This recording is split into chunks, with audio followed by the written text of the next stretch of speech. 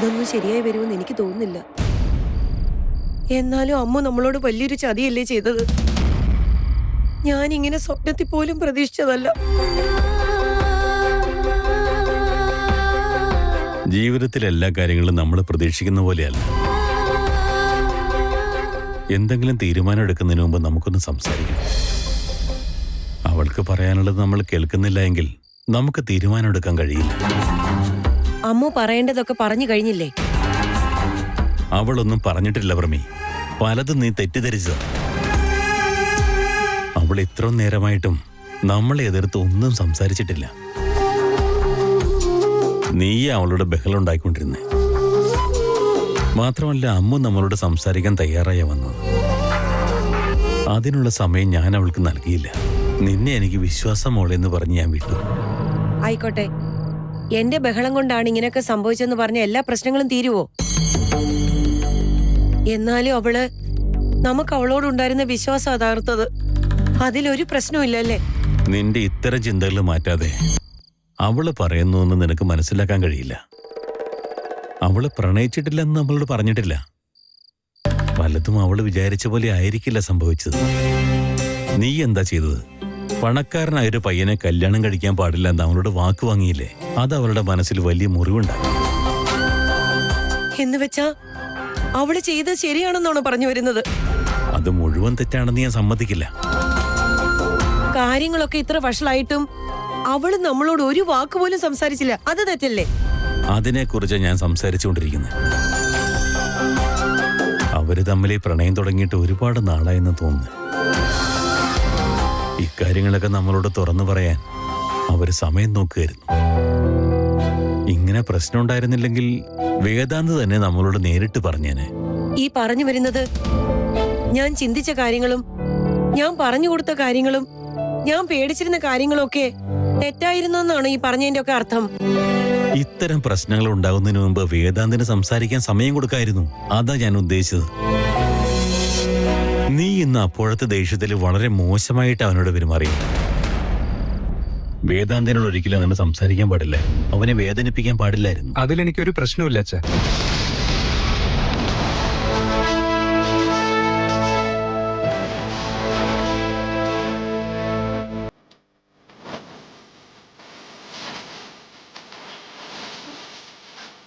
അമ്മ ഒരു മിനിറ്റ്.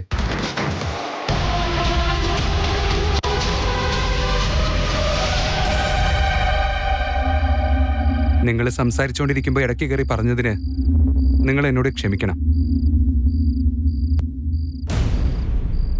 ഞാനും അമൂല്യയും പ്രണയത്തിലാണ്, അത് സത്യമാണ്. എനിക്ക് അവളെ ഒരുപാട് ഇഷ്ടമാണ്. അമൂല്യയ്ക്കും എന്നെ ഇഷ്ടമാണ്. ഇതെല്ലാം നിങ്ങളിൽ നിന്ന് ഒളിപ്പിച്ചു വെക്കണമെന്നോ മറച്ചു വെക്കണമെന്നോ ഞങ്ങൾ വിചാരിച്ചിട്ടേ ഇല്ല.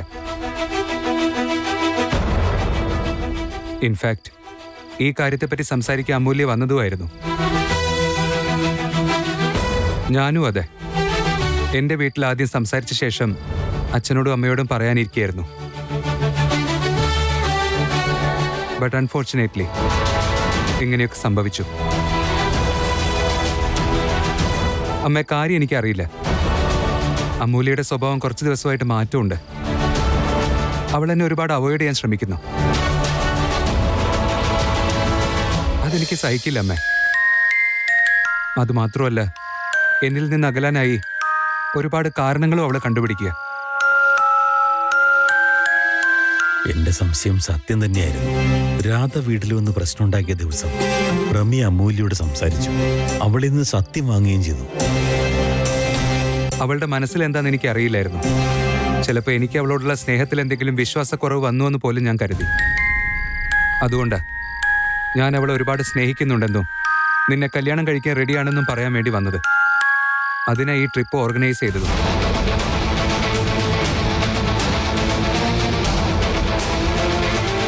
ഈ യാത്ര കഴിഞ്ഞു പോകുമ്പോൾ എന്ത് തന്നെയായാലും അമൂല്യ കാര്യങ്ങളൊക്കെ നിങ്ങളോട് വന്ന് സംസാരിക്കാൻ ഇരിക്കുമായിരുന്നു. അവള് നിങ്ങളോടെല്ലാം പറഞ്ഞ ശേഷം ഞാനും എൻ്റെ വീട്ടിൽ പറഞ്ഞ എല്ലാ കാര്യങ്ങളും ഡിസൈഡ് ചെയ്യാൻ ഇരിക്കുകയായിരുന്നു.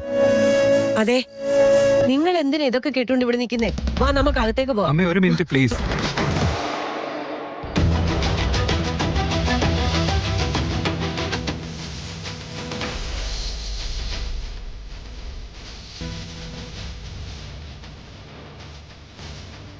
ഞങ്ങൾ കല്യാണം നടത്തി തരാൻ വേണ്ടി അമ്മയുടെ കാല് പിടിക്കാൻ വേണ്ടിയിട്ടാണ് ഞാനിപ്പോ വന്നത്.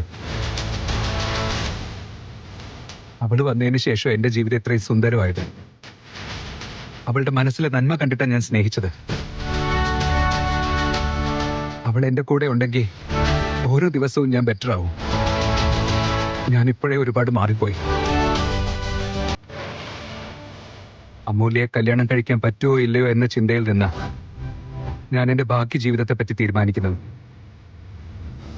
നിങ്ങൾ പ്രസവിച്ച ഏറ്റവും നല്ല കുട്ടിയാ അമൂല്യ. അവളൊരു വായടി പെണ്ണൊന്നുമല്ല. ഒരു കുടുംബം എങ്ങനെ നോക്കണം നമുക്ക് നന്നായിട്ടറിയാം. അതുകൊണ്ട് തന്നെയാ ഞാൻ അവളെ എന്റെ ഭാര്യയാക്കാൻ തീരുമാനിച്ചു.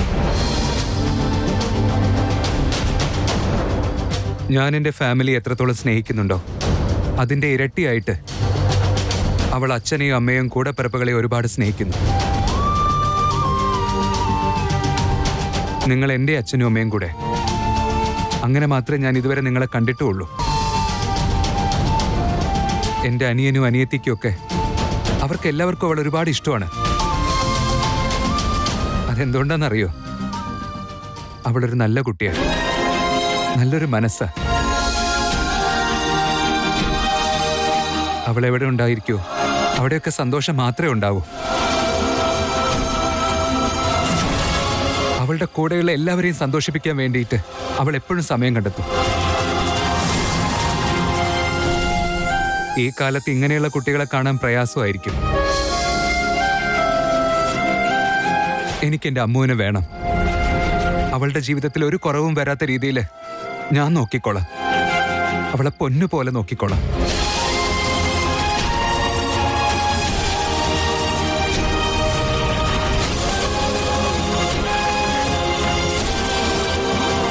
പക്ഷെ അവളെ എനിക്ക് തരണമെന്ന് പറയാൻ വേണ്ടിയിട്ടല്ല ഇങ്ങോട്ടേക്ക് വന്നത്.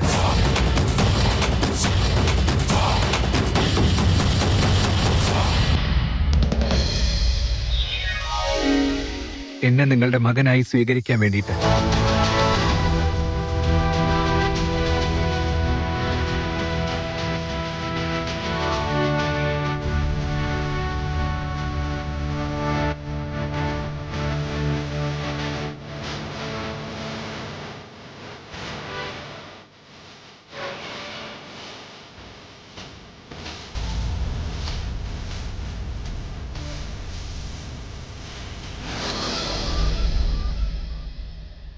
ഒന്നും ആലോചിച്ച് ടെൻഷൻ അടിക്കണ്ട റോഡിക്കൊച്ചേ. ചേട്ടൻ അവരോട് സംസാരിക്കാൻ പോയിട്ടുണ്ടല്ലോ. പോയി സംസാരിക്കാൻ അവരിപ്പോ എവിടെയാ ഉള്ളതെന്ന് അറിയില്ലല്ലോ വിക്കി ചേട്ടാ. വെറുതെ എന്നെ സമാധാനിപ്പിക്കാൻ കള്ളൊന്നും പറയരുത്. ഞാൻ സത്യം പറയുന്നേ. അമ്മയും അച്ഛനും അമ്പലത്തിലോട്ടാണ് പോയെന്ന് മനസ്സിലാക്കിയിട്ട് ചേട്ടൻ അങ്ങോട്ടാ പോയിട്ടുള്ളത്. അവരെത്തിന്നാ തോന്നുന്നേ വിക്കി ചേട്ടാ. ഒരു മിനിറ്റ്, ഞാൻ പോയി ഡോർ തുറക്കാം.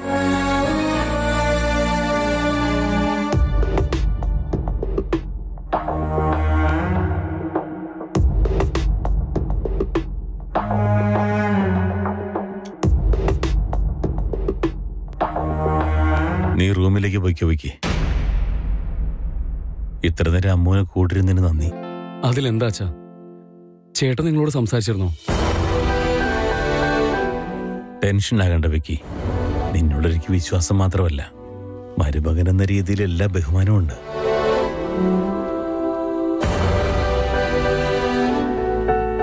പക്ഷെ ഒന്നിനെക്കുറിച്ച് സംസാരിക്കാനുള്ള അവസ്ഥയിലല്ല ഞാൻ. എന്റെ മുന്നിൽ ഇപ്പോൾ ഒരുപാട് പ്രശ്നങ്ങളുണ്ട്. അതിന് പരിഹാരം കണ്ടുപിടിക്കണം. ദയവായി വിക്കി റൂമിലേക്ക് പോ.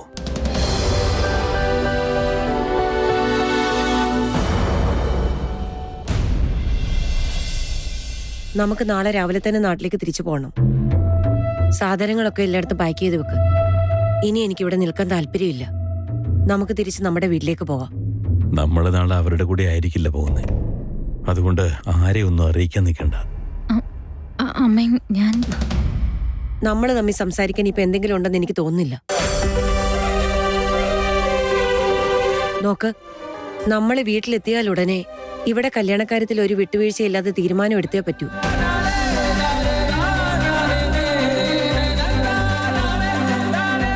ഇനിയും നമ്മളിവിടെ കല്യാണം വൈകിപ്പിക്കുന്നതിൽ ഒരർത്ഥവുമില്ല. ഇനിയും വൈകിയാൽ ഇന്ന് നടന്നതിലും വലിയൊരു അപമാനം നമുക്ക് നേരിടേണ്ടി വരും. നിങ്ങളുടെ മകളെ കല്യാണത്തിന് സമ്മതിപ്പിക്കേണ്ടത് നിങ്ങളുടെ ഉത്തരവാദിത്തമാണ്. നിങ്ങൾ അവൾക്ക് കൂടുതൽ സ്വാതന്ത്ര്യം കൊടുത്തു, അവൾ അത് ദുരുപയോഗം ചെയ്യുകയും ചെയ്തു. സ്വാർത്ഥ താല്പര്യങ്ങൾക്ക് പ്രാധാന്യം കൊടുക്കുകയും ചെയ്തു. ഇതിന്റെ ആഘാതം ഏൽക്കേണ്ടി വരുന്നത് വീട്ടിലുള്ള 2 പെൺമക്കളാണെന്നുള്ള കാര്യം ഓർക്കണം.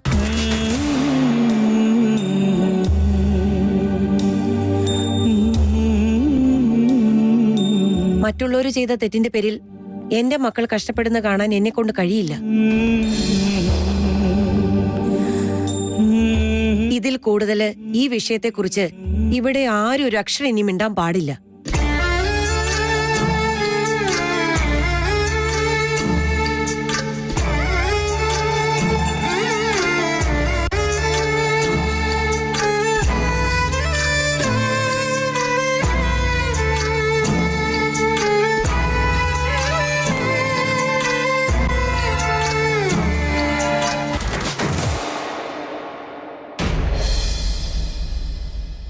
എന്നുവെച്ചാ വേദാന്ത് നേരിട്ട് സംസാരിച്ചിട്ടും ഇവർക്ക് സമ്മതിക്കാൻ കഴിഞ്ഞില്ല.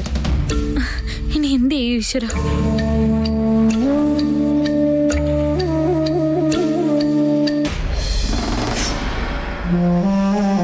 ഇത് വേദാന്തിന്റെ അമ്മ ഞാൻ വരുന്നതിന് മുൻപ് എഴുതി വെച്ച വിൽപത്രമാണ്. ഇതിൻ പ്രകാരം വേദാന്തിന്റെ എല്ലാ സ്വത്തുക്കളും അവൻ കല്യാണം കഴിക്കാൻ പോകുന്ന പെൺകുട്ടിയുടെ പേരിലായിരിക്കും. അതുകൊണ്ട് മാത്രമാ വേദാന്ത് ആരെയും സ്നേഹിക്കാതിരിക്കാൻ വേണ്ടി ഞാൻ ഇത്രയും കഷ്ടപ്പെട്ട് പണിയെടുക്കുന്നത്. ഞാൻ അവനെ ഇങ്ങനെ വളർത്തിയിരിക്കുന്നത് അവന്റെ സ്വത്തിന് വേണ്ടിയാ. അമ്പമ്പോ, ചേച്ചിയുടെ ബുദ്ധി ഞാൻ സമ്മതിച്ചു തന്നിരിക്കുന്നു. ചേച്ചിയുടെ ഈ പ്ലാനിങ് കണ്ടിട്ട് എനിക്ക് അഭിമാനം തോന്നുന്നുണ്ട്. ഇനി നമ്മുടെ മുമ്പിൽ ഒരു വഴിയേ ഉള്ളൂ. ഞാൻ പറയുന്നത് അനുസരിക്കുന്ന പെൺകുട്ടിയായിരിക്കണം വേദാന്ത് കല്യാണം കഴിക്കേണ്ടത്. അങ്ങനെ ഒരു പെണ്ണിനെ മാത്രമേ അവൻ കല്യാണം കഴിക്കാവൂ. അങ്ങനെയാണെങ്കിൽ മാത്രമേ ഈ കാണുന്ന സാമ്രാജ്യത്തിന്റെ മുഴുവൻ ഉടമയായി ഒരു രാജ്ഞിയെ പോലെ എനിക്കിവിടെ ജീവിക്കാൻ കഴിയൂ. ചേച്ചിയുടെ പ്ലാനിങ് ഒക്കെ കൊള്ളാം, പക്ഷെ ഇതൊക്കെ നടക്കുമോന്നാ എന്റെ സംശയം. എന്താ നിനക്കിത്ര ഡൗട്ട്? ഞാൻ പറഞ്ഞതല്ലേ, പെൺകുട്ടികളുടെ മുഖത്ത് പോലും നോക്കാൻ താല്പര്യമില്ലാത്ത വേദാന്തം ഉണ്ടല്ലോ, അങ്ങനെ എന്തോ ഒരു ട്രാപ്പിൽ പെട്ടിട്ടുണ്ട്. ആ വായാടി അമൂല്യ കണ്ടു കഴിഞ്ഞാ ഓന്തിനെ പോലെ നടമറന്നത് ചേച്ചിക്ക് അറിയാവുന്ന കാര്യമല്ലേ. എന്നെങ്കിലും ഒരു ദിവസം ചേച്ചിയുടെ മുമ്പിൽ വന്ന്, അമ്മേ എനിക്ക് അമൂല്യ ഭയങ്കര ഇഷ്ടമാണ്, അവളെ തന്നെ ഞാൻ കല്യാണം കഴിക്കുള്ളൂ എന്ന് പറഞ്ഞു കഴിഞ്ഞാ ചേച്ചിയുടെ ഈ പ്ലാൻ എല്ലാം വെള്ളത്തിൽ വരച്ച വര പോലെ ആയി പോവും.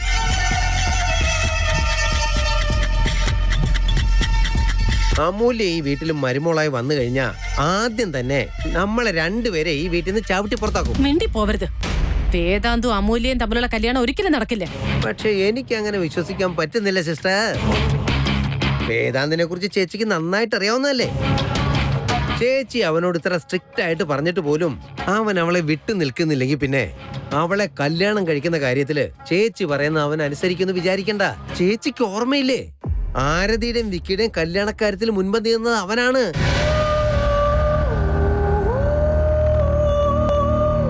അമൂല്യാണെങ്കിൽ ഇത്തിക്കണ്ണി പോലെ വേദാന്തിനെ ചുറ്റിപ്പിടിച്ചിരിക്കല്ലേ. പണക്കാരൻ പയ്യനല്ലേ, അവള് വിടുവെന്ന് തോന്നുന്നുണ്ടോ? വേദാന്തിനാണെങ്കിൽ വേണ്ടത്ര കൺട്രോളും ഇല്ല. ഇതിനെക്കുറിച്ചൊക്കെ ഞാൻ ഓൾറെഡി ചിന്തിച്ചു കഴിഞ്ഞു സഹോദര. ആദ്യം നമുക്ക് അമൂല്യയുടെ കേസാണ് ക്ലോസ് ചെയ്യേണ്ടത്. അവരൊരുമിച്ച് നിന്നാൽ നമുക്കുള്ള പ്രശ്നങ്ങൾ കൂടുകയുള്ളൂ. ആദ്യം അവളെ ആ ഓഫീസിൽ നിന്ന് പുറത്താക്കുക വേണ്ടത്. എന്നിട്ട് പരലോകത്തേക്കൊരു ടിക്കറ്റ് എടുത്തു കൊടുക്കണം.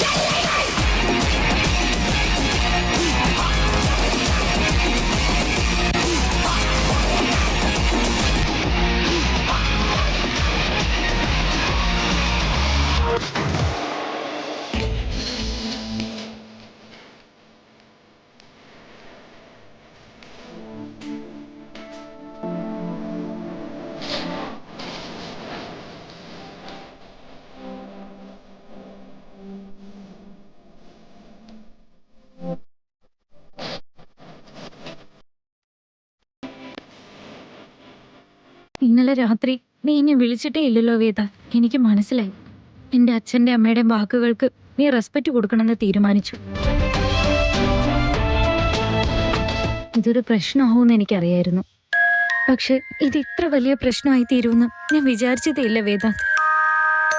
എല്ലാ ആഗ്രഹങ്ങളും സാധിക്കാൻ കഴിയില്ലല്ലോ. സോറി വേദാന്ത്. ഇങ്ങനെയൊക്കെ സംഭവിച്ചതിന് ഞാനാ കാരണക്കാരി. ആദ്യമേ ഞാൻ അച്ഛനോടും അമ്മയോടും സംസാരിക്കേണ്ടതായിരുന്നു. സംസാരിച്ചിരുന്നെങ്കിൽ ഇങ്ങനെയൊന്നും ഉണ്ടാവില്ലായിരുന്നു. ഇവിടെ വണ്ടി നിർത്തിയാൽ മതി.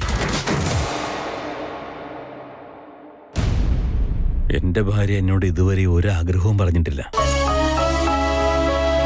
നമ്മളിങ്ങോട്ട് വരുന്നു എന്ന് അറിഞ്ഞപ്പോ തന്നെ ഞാൻ ഇവളോട് താജ്മഹൽ കാണിക്കാന്ന് പറഞ്ഞിരുന്നു. അങ്ങനെ ഞാൻ എൻ്റെ ഭാര്യയും കൊണ്ട് താജ്മഹലിന്റെ മുന്നിൽ നിന്നൊരു ഫോട്ടോ എടുക്കാന്ന് വിചാരിച്ചത്. അതെന്റെ ഒരു ആഗ്രഹമായിരുന്നു.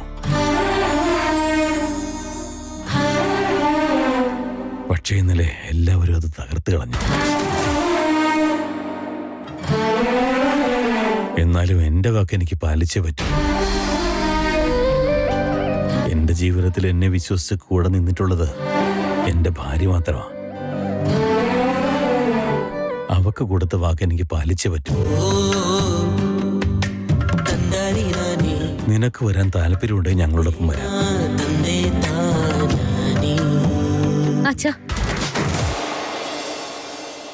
നിങ്ങളോട് ഞാനൊരു തെറ്റും ചെയ്തിട്ടില്ലെന്നോ നിങ്ങളെ വിഷമിപ്പിച്ചിട്ടില്ലെന്നോ ഞാൻ ഒരിക്കലും പറയുന്നില്ല അച്ഛാ. എന്നാലും ഞാൻ നിങ്ങളോട് മനഃപൂർവ്വം ഒരു തെറ്റും ചെയ്തിട്ടില്ല അച്ഛാ. നിങ്ങളുടെ ഇഷ്ടങ്ങൾ മനസ്സിലാക്കേണ്ടത് എന്റെ കടമയാ. അതൊരിക്കലും ഞാൻ ചെയ്യാതിരിക്കില്ല. നിങ്ങളെ രണ്ടുപേരും താജ്മഹലിന്റെ അടുത്ത് നിൽക്കുന്ന ഫോട്ടോ ഞാൻ തന്നെ എടുത്തു തരാം അച്ഛാ. അതൊന്നും വേണ്ട. ഇനി ഞങ്ങളെ സഹായിക്കണ്ട. ഇത്രയും സ്നേഹം താങ്ങാനുള്ള ശക്തി ഇനി ഞങ്ങളുടെ ഹൃദയത്തിനില്ല. ആവശ്യത്തിലധികം സ്നേഹം നീ ഞങ്ങൾക്ക് തന്നു കഴിഞ്ഞു.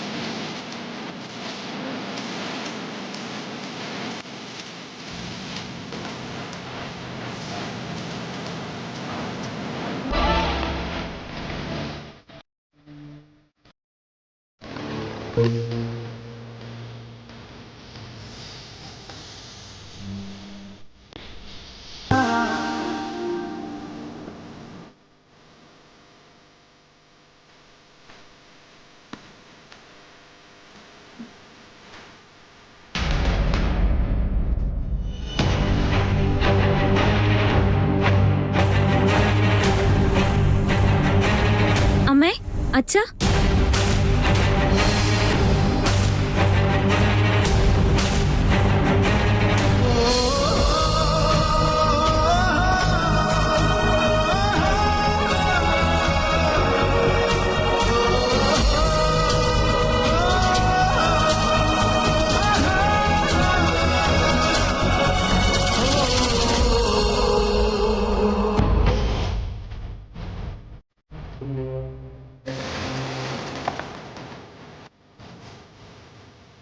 വേദ, നിനക്ക് എന്റെ തലയ്ക്ക് ഭ്രാന്ത് പിടിച്ചോ? എന്താ ചെയ്യുന്നേ? അച്ഛനും അമ്മ ഇവിടെ തന്നെ ഉണ്ട്.